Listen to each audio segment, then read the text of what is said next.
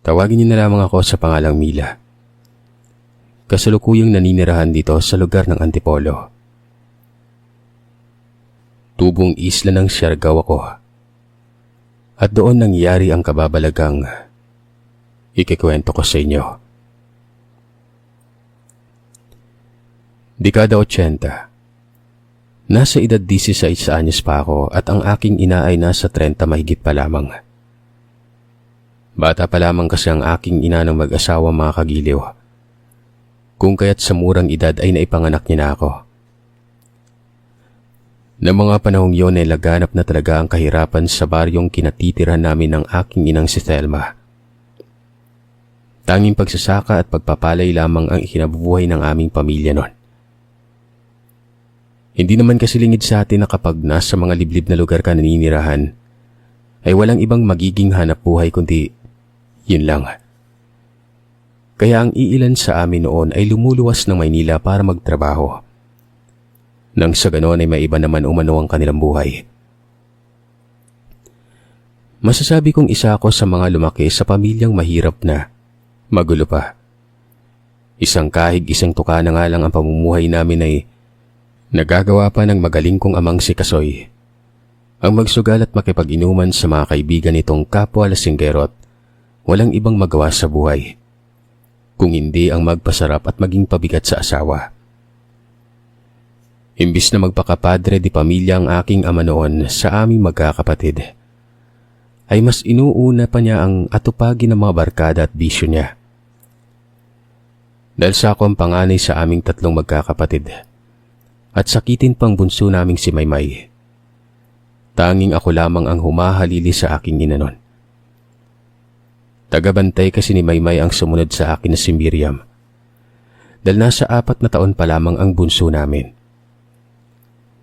Hindi naman sa pagmamalabis, Sir Seth, pero ako ang nagpapakapadre de pamilya sa amin noon at naging katuwang ng aking inang si Thelma sa lahat ng gawain niya. Paggagapas ng palay man yan o pagsasaka sa mga bukirin, naroroon ako.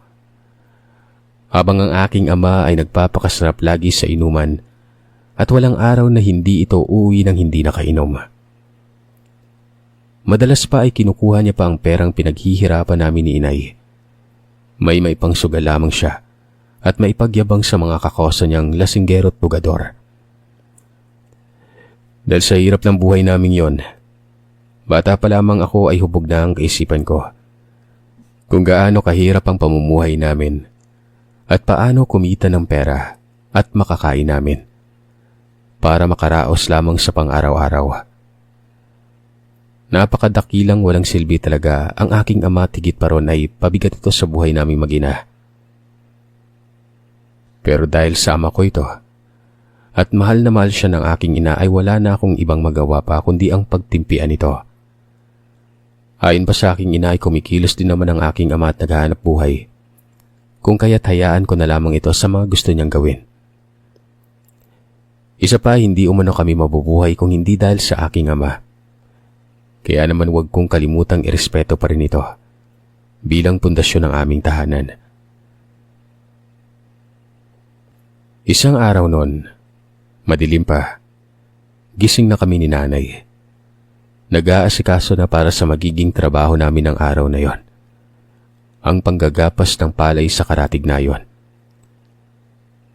Gapasan na kasi ng palay ng buwang yon, at maswerteng kinuha si inay ng kumare niyang si Aling Susan na manggapas sa kakilala nitong may palayan dahil doon din ito nakatira. Kaya naman ang aking ina ay agad na isip niyang pagtrabahuhin sa nasabing palayan dahil batid din ito ang kahirapan namin. Natapos na lang kaming mag-asikaso ni inay ng mga kagamitan naming dadalhin sa trabaho at naihanda ko ng kakainin ng 2 kong kapatid na may iwan sa bahay namin. Humihilig pa rin ang magaling kong ama. Nakanganga pa ang bibig nito at halatang halata na masarap ang tulog. Nay, hindi ba sasama si itay sa paggagapas ng palay? Hanggang ngayon tulog pa rin siya. Lakas umilik. Tanong ko kay nanay. Hayaan mo na anak. Mamaya pagigising yan. Susunod rin naman yan sa may palayan. Halika na para maaga tayo makapag-umpisa. para bago tayo abutin ng katirikan ng araw, konti na lamang yung matitirang gagapasin natin. Pag-aaya ng aking ina sa akin para hindi na ako magtanong ng magtanong pa sa kanya tungkol sa magaling kong ama. Habang naglalakad kami patungo sa kabilang baryo, tanging flashlight na di baterya lamang ang nagsisilbing pang-ilaw namin sa may daan. Sa pagkakaalala ko, parang 3:00 pala ata mahigit ng madaling araw noon. Pagkarating kasi namin sa palayan na paggagapasan namin, saka ko palang narinig ang unang pagtilaok ng manok. Wala pang katao-tao roon maliban sa aming dalawa ng aking ina. At madilim pa talaga. Hindi na nga namin hinintay na lumiwanag pa at nagumpisa na kaming magapas. Habang tumatakbo ang oras at papaliwanag na ay marami-rami na kaming nagapas ni nanay. Doon nang din unti-unting nagdatingan ng mga kasamaan naming manggagapas din ng palay. O magandang umaga. Ang aga niyo, Thelma. Kanina pa ba kayo nandito? Tanong ni Mang Simon na kababaryo din namin. Magandang umaga din, Mang Simon. Opo, kanina pa kami nandito. Inagahan talaga naming magpunta para sa ganun ay makarami kami at matapos kagad itong ginagapas namin. Teka, nasaan ba yung asawa mo at kayong dalawa lamang ang nagagapas dyan? Muling tanong ni Mang Simon. Ay naku po, Mang Simon. Tulog pa po yung magaling kong ama. Mabilis na tugon ko sa kanya. Nakita kong agaran akong pinandilatan ng mga mata ng aking ina. Kaya't hindi ko na nasabi pa ang dapat sabihin kay Mang Simon. Susunod na lang daw siya sa may palayan. Napagod kasi siya kahapon sa pagsasaka sa bukid kaya napasarap yung tulog niya at hindi ko na ginising pa. Palusot pa ni inay nun. O, ganun ba? Nagsaka pala siya. O sige, ako'y magagapas na rin nang sa ganun ay maaga ko din matapos itong parte ko at nang matulungan ko kayo dyan. Presentang wika ni Mang Simon. At bakas sa kanyang muka na hindi naniniwala ito sa sinabi ng aking ina. Kahit na nung tago kasi ni nanay sa baho ng aking ama, kusa pa rin itong lumalabas dahil kilalang sugarol at manginginom sa baryo namin ng aking ama noon. Hindi naman nagsaka si Itay kahapon eh. Nakita ko siya kainuman yung mga kabarkada niya sa tindahan ni Aling Mirna. Bumili pa nga si Mang Simon dun eh. Nagpipigil ng tawang sambit ko sa aking ina noon. Bilis naman na nga lang yung paggagapas mo dyan at nang matapos na tayo bago pa dumating katirikan ng araw. Hindi yung kung ano-aning sinasabi mo. Sabi niya. Sa totoo naman talaga eh. Kasi yung mga sinasabi ko, palagi mo na lang pinagtatakpan ng magaling kong ama. Tumahimik na lang ako at agad na tumalima sa sinabi niya. Pinagpatuloy ng trabahong ginagawa ko. Mabilis na lumipas sa mga oras at nang sumapit ang 12:00. Saglit kaming nagpahinga sa pilapil para magtanghalian. Habang kumakain ay panay ang pakikipagkwentuhan ni inay sa iba naming mga kasamahan. Marami kasi kami at malawak ang palayang ginagapasan namin noon. Pinapakinggan ko lamang ang usapan nila. Hindi na ako nakikisabat pa. Hanggang sa dumako na ang usapan nila tungkol sa kakaibang nangyari. Sana yung kinaroroonan namin. May kumakalat umanong bali-balita sa kanilang lugar na may kung anong nilalang ang namiminsala ron. Sa kadahilanang may panakanak ang mga alagang hayop ang nagkakanda matay sa hindi malamang dahilan. Nung una, mga ligaw na hayop lamang ang natatagpuang patay sa kagubatan.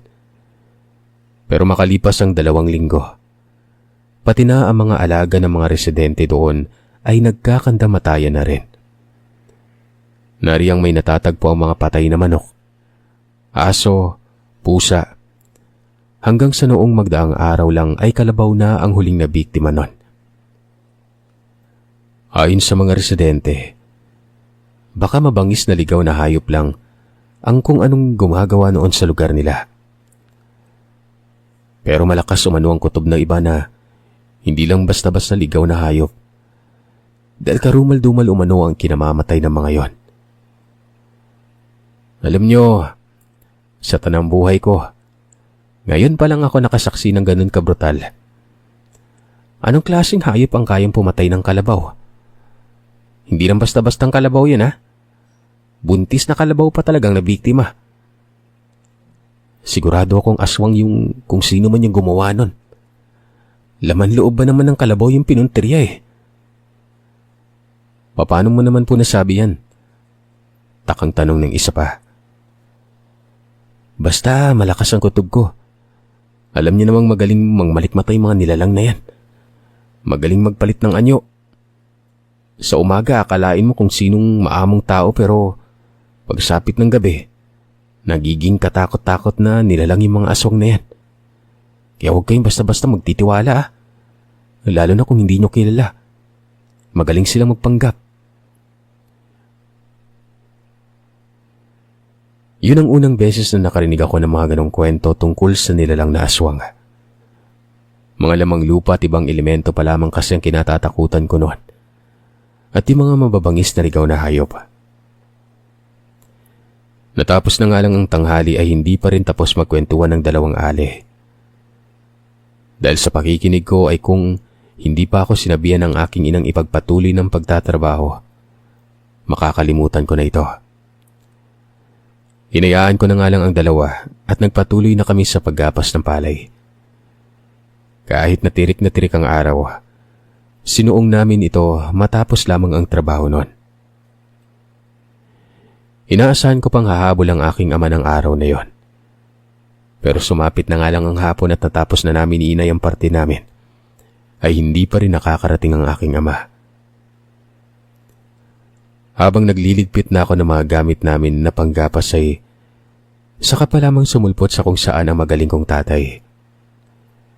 Nakangiti namang sinalubong siya ng aking ina at sinabing kakatapos lamang namin at pauwi na rin kami. Mabuti naman. Tara na, umuwi na tayo. May sasabihin ako sa daan.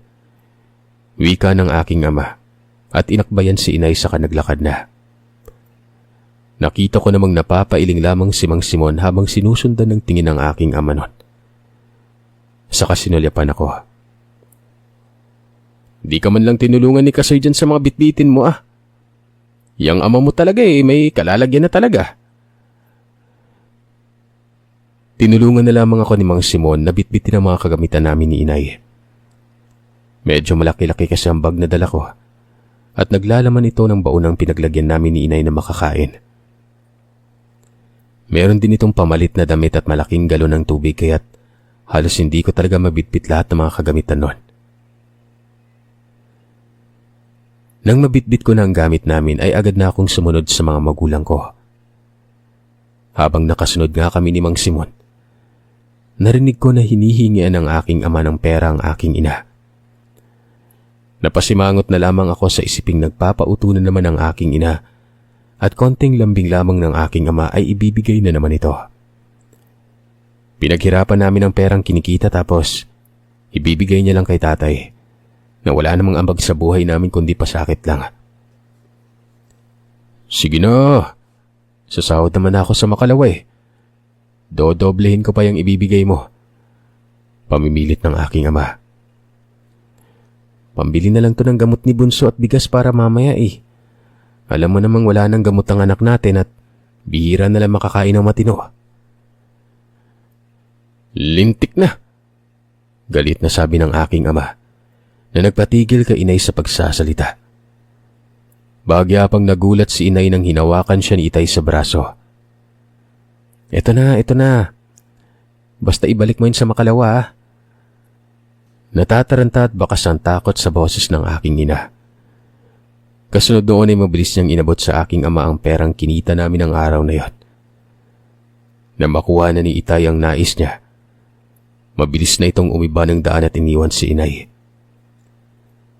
Kitang-kita ko ang malaking pagkakangisi niya at may pera na naman siyang pangsugal. Gustuin ko mang magsalita at sitahin ang ginawa ng aking ama ay hindi ko na magawa pa yon. Alam ko kasi mag-iiskandalo ito sa daan oras na hindi makuha ang gusto niya o hindi naman kaya ay pakialaman siya. Nang masulyapan ko ng tingin si Mang Simon, Nanlilisik ang mga mata nito sa galit at naririnig ko pang tila nagkikiskisan ng mga ngipin niya. Saka humugot ng malalim na buntong hininga. Tanda na pinipigilan niyang sariling huwag magalit nun. Ayos lang ho ba kayo, Mang Simon? Tanong ko. Ayos lang ako, Iha. Siya. Bitbitin mo na itong bag mo at iiban na rin ako ng daan. Nang makarating kami sa bahay ay tanging pagod lamang ang naiuwi namin inay. Imbis na may pangkain na kami ay naging pangsugal pa ng butihin kong ama. Sa kahuli-hulihan tuloy, tanging lugaw lamang ang kinakain namin. At para magkaroon ng lasang kinakain namin ay nilagyan na lamang ni nanay ng asin yun. Pinaghati-hatian nga lang din namin ang kapiranggot na kaning natira namin ni inay sa pinagbaon noong nagdaang tanghali. Hanggang kailan ba tayo magtitiis sa ganito, Nay? Hirap na ako. Halos araw-araw na lang tayong laging ganito eh. Ano ba namang buhay to? Hindi ko na naiwasan pang magreklamo sa aking ina noon. Napatingin lamang sa akin si nanay habang pinagpapatuloy ang pagkain. Hindi na nga ako nakakuha pa ng sagot hanggang sa matapos kaming kumain. Nagpasya na lamang akong magpahinga dahil magtatrabaho na naman sa kinabukasan. Palagi na lamang sa ganong estado umiikot ang buhay naming mag-ina. Dahil sa pagod ko, agad akong nilamon ng antok at nakatulog. Nagising na lamang ako nang makarinig ako ng ingay sa labas ng bahay. Kasabay noon, ay naulinagan ko din ang boses ng aking ina na tila ba alalang-alala ito. Maging boses ng mga kapatid kong natatakot ay narinig ko na rin. Kaya naman kahit antok pa ay napagpasyan ko ng tuluyan ng gumising at bumangon sa kinahihigaan ko. Nagmadali akong bumangon at pupungas-pungas pa akong naglakad patungo sa labas ng bahay kung saan naririnig ko ang boses ng aking ina. Inakala ko pang ang umaga na. Sa kadahilanang pati boses ng iba naming kababaryo ay naririnig ko nun na para bang ang daming tao sa labas ng bahay. Pero pagkalabas ko, madilim pa ang paligid at tanging malakas na apoy ng sulo ang nagbibigay liwanag sa dilim nun. Hawak-hawak ito ng isa naming tanod sa baryo na si Mang Abel at may kasama pa siyang 3 ibang kalalakihan na kapwa tanod din. Nakita kong hindi mapakali ang aking ina at nakayakap ang 2 kong kapatid sa kanya. Tila ba umiiyak at natatakot ang mga ito. Anong nangyari, Nay? Takang tanong ko at naguguluhan ako noon. Ang ama mo, anak. Si Kasoy. Diyos ko po. Bulalas ng aking ina. Natagpuan sa tabi ng sapa sa dulong baryo ang katawan ni Kasoy. Wala ng buhay. Halina kay Telma at puntahan natin ang asawa mo. Tugon ni Mang Abel sa pag-aalang boses noon. Hindi ako makapaniwala sa sinabi niya at naguguluhan pa rin ako. Dala na siguro ng kakagising ko pa lang. Dali-dali nang ang sumama si inay kila Mang Abel at hinabilin sa akin ng 2 kong kapatid. Sabi ko sasama ako nun.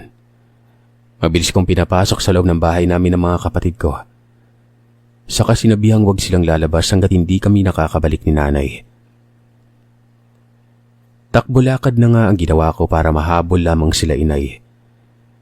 Dahil sa pagmamadali ay mabilis naming narating ang sapang tinutukoy ni Mang Abel na nasa dulo na ng baryo namin. Ramdam na ramdam ko ang tensyong nararamdaman ng aking inang si Thelma. Magbubukang liwayway na rin kasi ang mga sandaling yon. Kaya malayo pa lang, kitang-kita ko na ang damit na suot ng aking ama nung nagdaang araw. Kasunod noon ay ang katawan na nakahandusay sa may lupa. Nakadapa ito at naliligo na sa sariling dugo. Agad na nagkukumahog papalapit si nanay sa katawan ni tatay. Kahit anong pigil ng mga tanod sa kanya, pilit niyang winawak siya mga ito. Nang tuluyan na nga makalapit si inay ay itinaya ang katawan ng aking ama. Wala na talagang buhay yon. Nawindang ako sa nakita ko. Ang aking ina ay halos magwala na rin dahil sa nakita ang kalunos-lunos na bangkay ng aking ama. Nang tuluyan niya ng maitihaya ang katawan ni tatay, bumulaga sa amin ang wakwak nitong tiyan patungo sa may dibdib na para bang pinagkakalmot gamit ang matutulis na bagay, na naging sanhi kaya nagkandalasog-lasog ang lamang loob niya. Talagang napaatras ako sa pagkagulat. Natakot talaga ako nun at kabang-kaba ako sa katawan. Hindi ko na rin namalayang sunod-sunod na palang tumulo ang luha ko. Hindi ko maipaliwanag ang nararamdaman ko ng mga sandaling yon. Magkahalong awa at galit ang nararamdaman ko. Alam ko sa sarili ko na nakakainis si tatay pero hindi ko hiniling na may anumang kapahamakan ang mangyari sa kanya. Hindi ko talaga inaasahan na may mangyayaring hindi maganda nun. Nang magsidatingan ng iba pa naming kababaryo, naglulupasay na ang aking ina. Kaya naman pinagtulungan na siya ng iba naming kabaryo na ilayo sa bangkay ng aking ama nun. Matapos ang pangyayaring yon, habang ibinuburo lang katawan ni tatay, ay naging bulong-bulungan sa baryo namin ang sanhi ng kalunos-lunos na sinapit niya. Naging palaisipan rin sa amin kung sino o ano bang klase ng nilalang ang may kagagawan ng pagkamatay ng aking ama. Dahil hindi naman nagkaroon ng bali-balitang may namiminsalang kung ano sa baryo, ay hindi namin masasabing aswang ang kumitil sa buhay nito. Pero hindi din namin lubos maisip kung anong klaseng hayop ang kayang gumawa nun. Natakot ang mga kababaryo namin sa maaaring sapitin din nila dahil sa nangyari sa aking ama. Nabalita din ito sa karatig nayon. At ayon sa mga tagaron, aswang umano ang dumali kay tatay dahil sa paraan ng pagkamatay nito. Gaya din umano ng hayop na namatay sa lugar nila. Wakwak ang tiyan at nawawala ang ibang parte ng lamang loob. Hanggang sa nailibing na nga lang ang bangkay ng aking ama. Hindi pa rin nabibigyan ng kasagutan ng mga katanungan namin. Hindi kasi naniniwala ang aking ina sa mga aswang.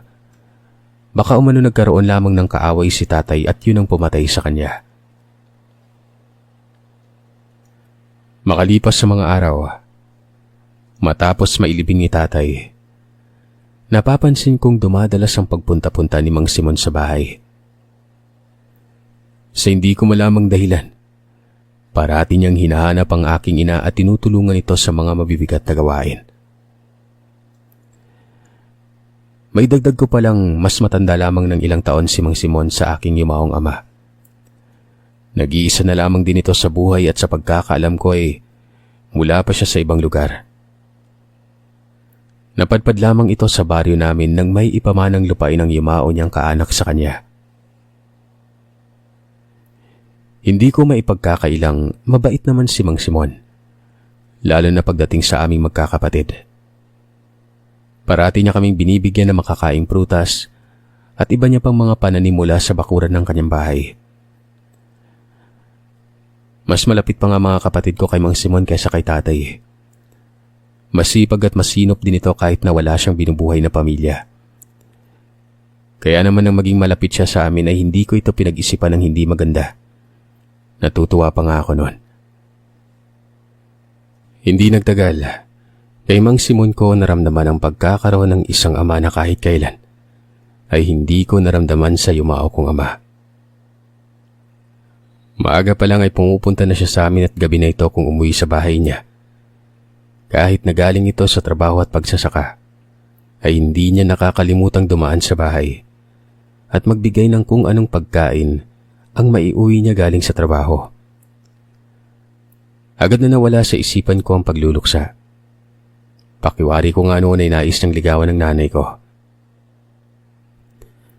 Naging malapit talaga ang loob ko pagdating sa kanya at natutuwa ako gawa ng hindi gaya noon na hindi ako maganda o gaga sa pagtulong sa paghahanap buhay kay inay.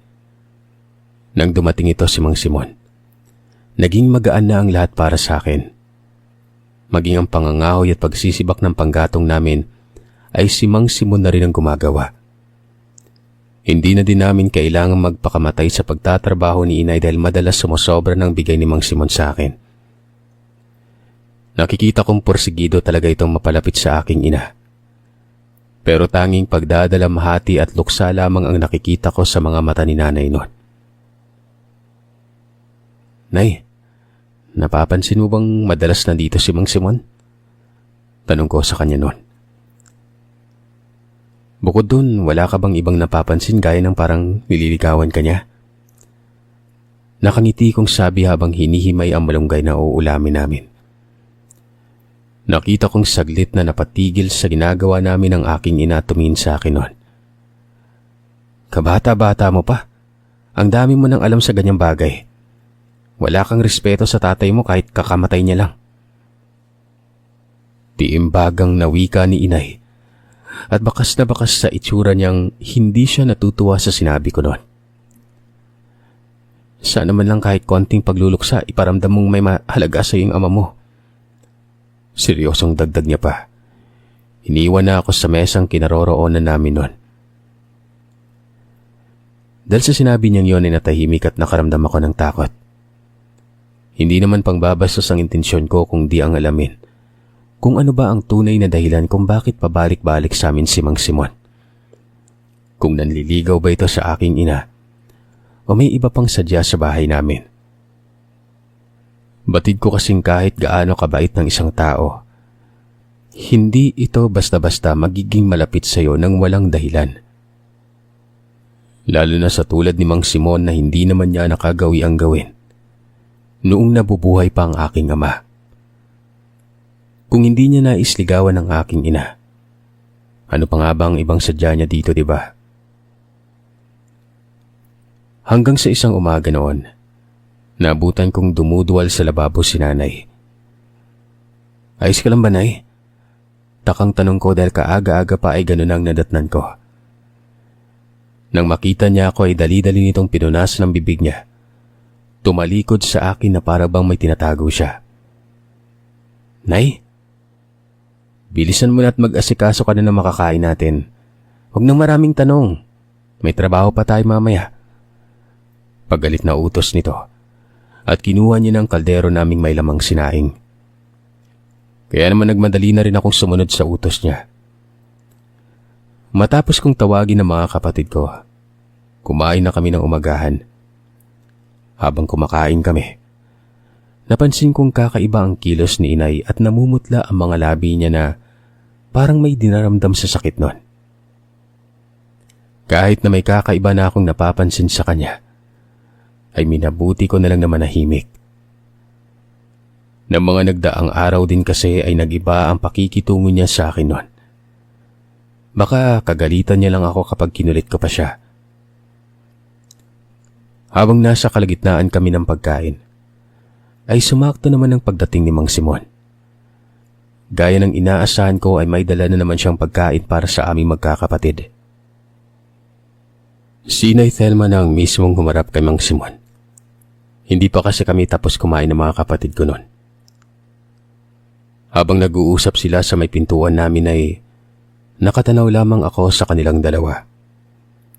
Napansin kong panay ang sulyap ng mga tingin ni Mang Simon sa tiyan ng aking ina. Napapapunas pa ito sa noo niya dahil sa butil-butil na tumutulong pawis mula ron. Halika, sumalo ka na sa amin at saktong hindi pa kami tapos. Marami-rami din naman ang pagkain namin. Dito ka na mag-almusal. Pag-aaya niya nun, na hindi naman ito tinanggihan. Nang maglakad na sila patungo sa kinakainan namin ay ibinaling ko na sa pagkain ang atensyon ko. Naupo si Mang Simon sa upuang nakatapat sa akin kung saan katabi nito si inay. Magiliw naman siyang binati ng mga kapatid ko, kung kaya ganoon na rin ang ginawa ko noon. Hindi ko alam kung bakit ng araw na yon ay may agam-agam akong nararamdaman. Sandali at paghahanda lang kita. Ayusin ko na rin itong pagkain na dala mo, Simon.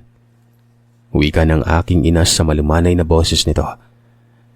Matapos ay nagtungo na nga siya sa may lababo namin kung saan nakalagay ang mga pinggan. Habang inaayos ni inay ang pagkaing bigay ni Mang Simon, nakita kong hindi maalis-alis ang mga titig ni Mang Simon sa tiyan ng aking ina. Kung hindi pa siya kinausap ng kapatid kong si Miriam, ay hindi niya may aalis ang mga titig niya sa tiyan ni inay.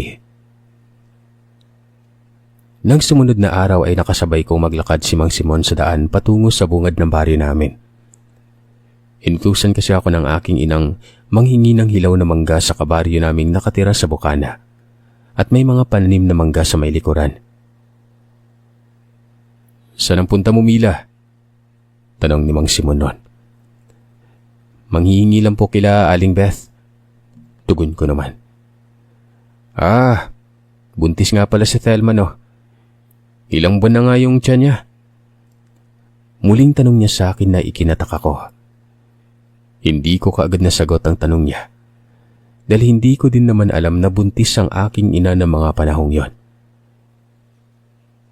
"Ang tindi ng tatay mo no. Mamamatay na lang, nag-iwan pa ng panibagong pasanin. Paano pa kayo makakaraos niyan kung may didadagdag na naman?" Seryosong sambit nito na nagpatindig ng mga balahibo ko sa katawan.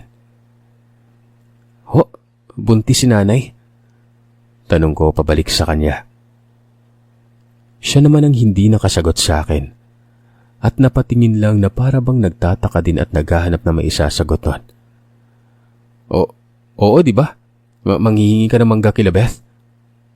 Utal-utal na tugon niya. "Hindi ko sinabing manghihingi ako ng mangga. Gulay po yung hihingin ko." Pagsisinungaling ko dahil hindi ko naman nasabi sa kanya kung ano ang hihingin ko kila Aling Beth noon. Ano ka ba? Mangga lang ang meron sila. At ano, buntis lang ang kumakain nun, di ba?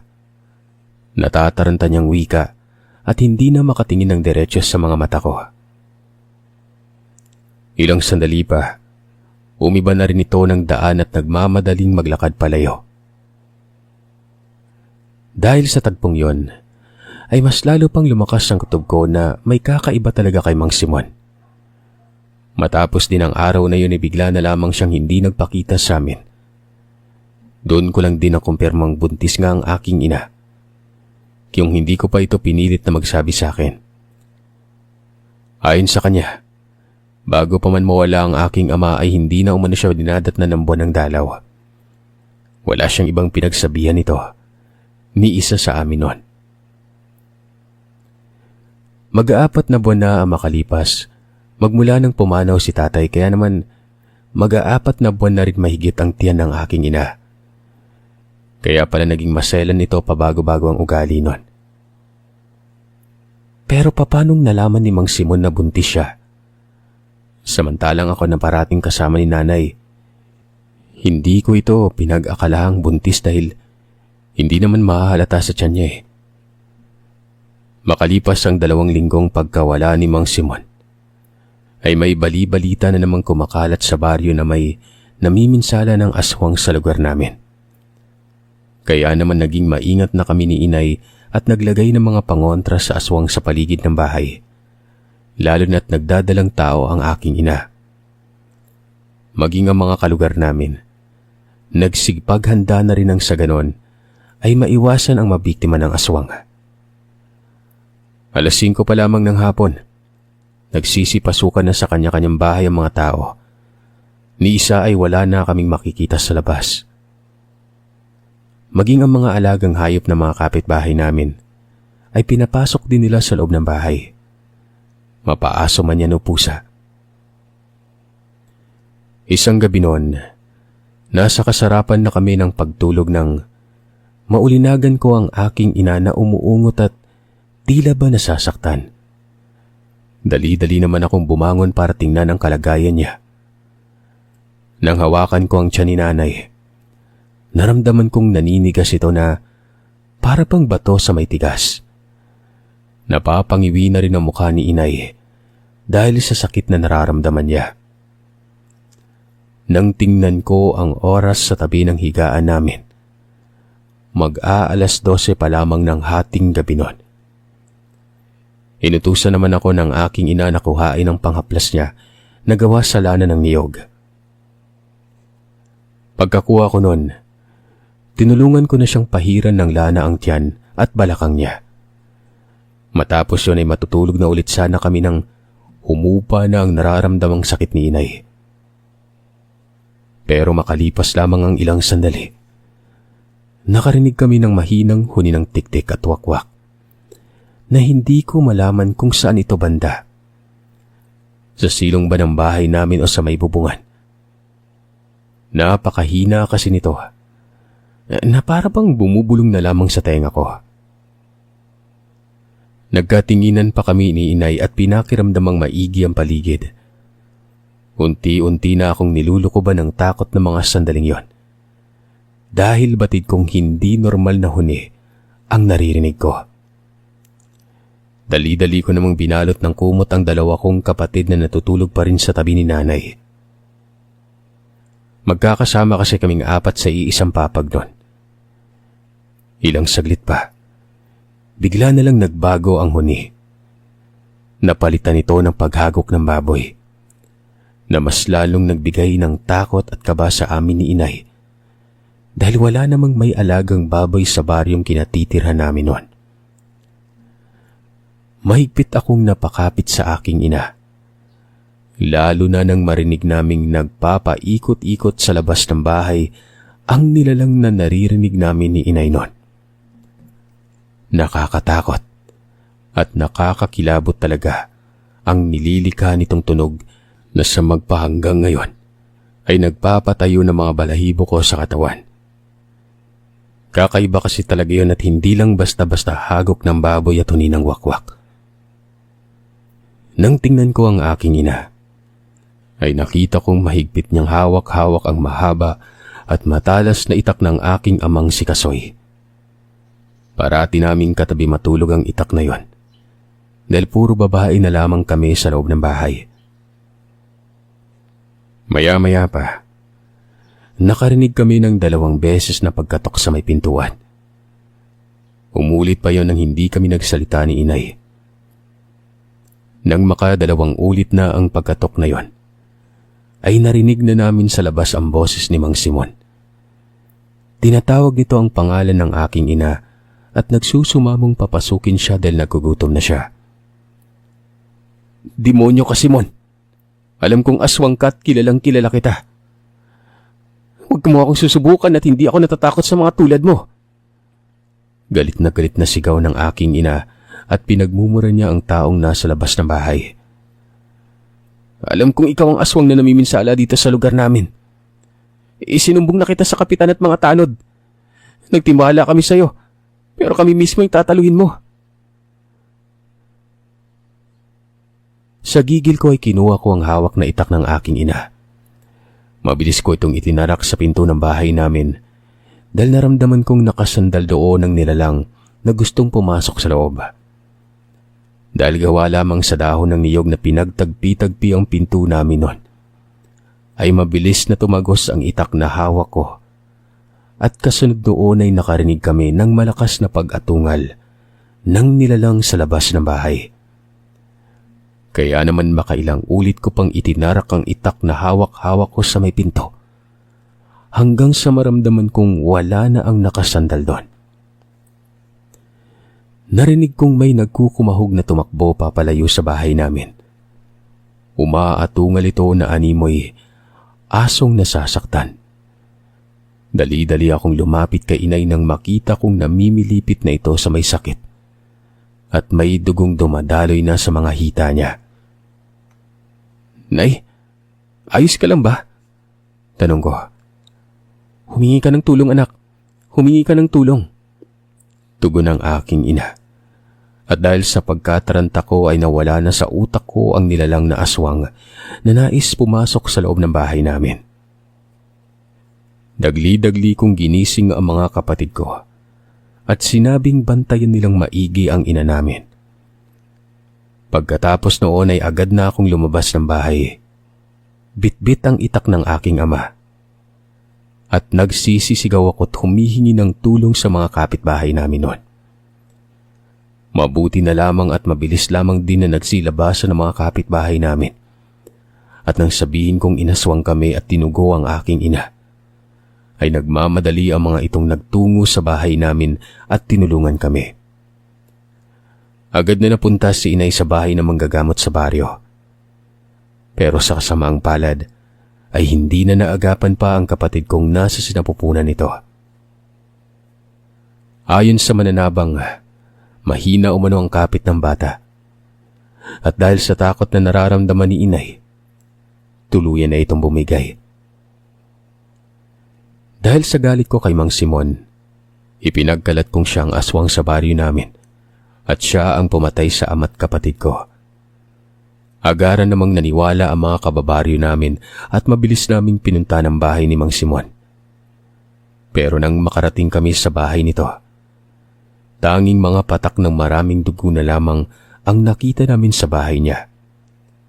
Tanda na siya ang nasaksako sa bahay. Nang halugugin pa ang bahay niya ay maraming nakita roon na mga naghalo-halo ng buto at buhok ng sa tingin ko ay tao at hayop. Hindi ko na napigilang hindi maiyak ng mga sandaling yon. Labis-labis ang pagkasuklam na nararamdaman ko sa kanya. Dahil nagtiwala akong mabait itong tao at inakala ko pang siya na ang susunod na magiging ama ko. Pero ang kabaitang pinapakita pala nito ay pakitang tao lang dahil may lihim pala itong balak gawin sa amin nun. Matapos ng pangyayaring yon ay hindi ko na muli pang nakita si Mang Simon. Pero ang kabaitan niya ay tumatak pa rin sa aking isipan. Kahit na karumal-dumal ang ginawa niya sa pamilya namin.